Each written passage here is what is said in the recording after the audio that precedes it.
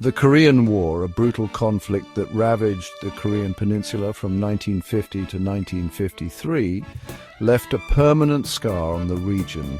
It resulted in the division of Korea into two separate states, the Communist North and the capitalist South. The war, sparked by the North's invasion of the South, drew in global superpowers, with the United States backing the South and China and the Soviet Union supporting the North. The war ended in a stalemate, with the two Koreas separated by a heavily fortified demilitarized zone, or DMZ. This division, a stark reminder of the Cold War's ideological battleground, continues to this day. However, what if the course of history had taken a different turn? What if the North Korean forces, fueled by communist ideology and backed by powerful allies, had succeeded in uniting the Korean peninsula under their rule? This alternate history delves into a scenario where North Korea emerged victorious from the Korean War, leading to a drastically different geopolitical landscape in East Asia and beyond.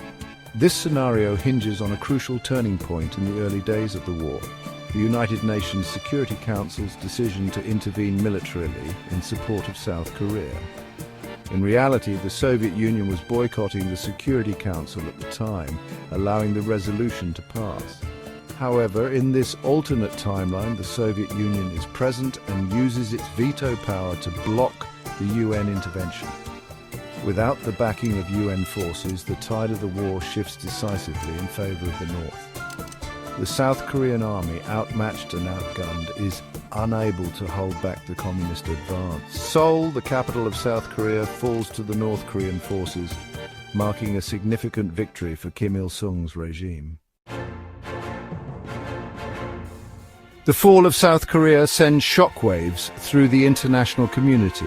The United States, despite its commitment to containing communism, finds itself unable to intervene directly without risking a larger conflict with the Soviet Union and China.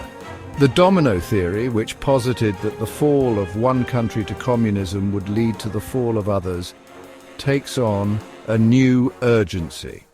Emboldened by their victory in Korea, the North Korean leadership, with the full backing of their allies in Moscow and Beijing, set their sights on a new target: Japan. Japan, still recovering from the devastation of World War II, presents a tempting target.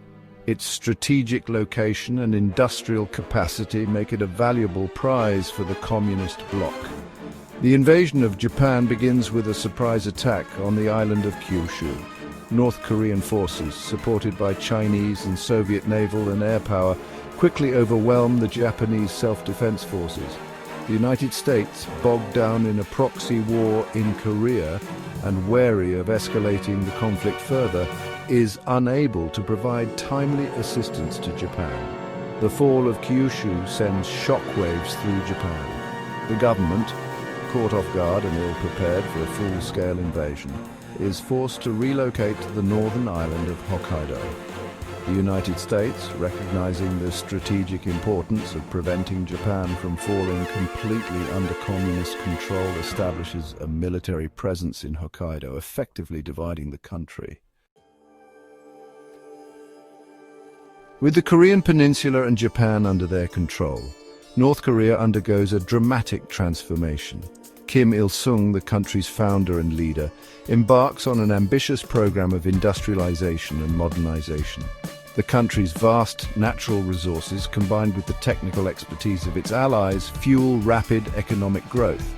In a surprising turn of events, North Korea, once known for its isolationist policies, opens up to the outside world, albeit selectively.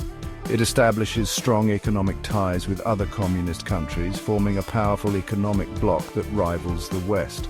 This economic alliance focuses on heavy industry, infrastructure development, and, surprisingly, technology. The 1970s and 1980s witnessed the rise of North Korea as a technological powerhouse. The country invests heavily in education and research, particularly in the fields of microelectronics, computing, and telecommunications. North Korean scientists and engineers working in state-of-the-art facilities make significant breakthroughs in these fields, propelling the country to the forefront of technological innovation. This technological advancement translates into tangible benefits for the North Korean people. The country experiences a dramatic rise in living standards, with access to education, healthcare, and modern amenities becoming widespread. The government's focus on self-reliance, embodied in the Juche ideology, fosters a sense of national pride and unity. By the turn of the 21st century, North Korea stands as a beacon of stability and prosperity in a world grappling with the challenges of globalization, climate change, and political instability. The Soviet Union, once North Korea's most powerful ally, has long since collapsed, but North Korea has adapted and thrived, emerging as a global power in its own right. North Korea's influence extends far beyond its borders. Its model of development, based on the principles of self-reliance, social equality, and technological advancement, has gained traction in developing countries across Asia, Africa, and Latin America. These countries, disillusioned with the Western model of development, see North Korea as a viable alternative. A shining example of a nation that has successfully charted its own course. The North Korean people, once known for their resilience in the face of adversity, now enjoy a high quality of life. The country boasts a robust healthcare system, a comprehensive social safety net, and an education system that rivals the best in the world. Crime is virtually non-existent, and the streets are safe and clean. North Korea, once synonymous with isolation and poverty, has transformed itself into a true workers' paradise. However, this alternate reality is not without its complexities. The question of reunification with South Korea, still under the protection of the United States, remains a sensitive issue. The two Koreas, separated by ideology and history, have developed along vastly different paths, making reunification a daunting prospect.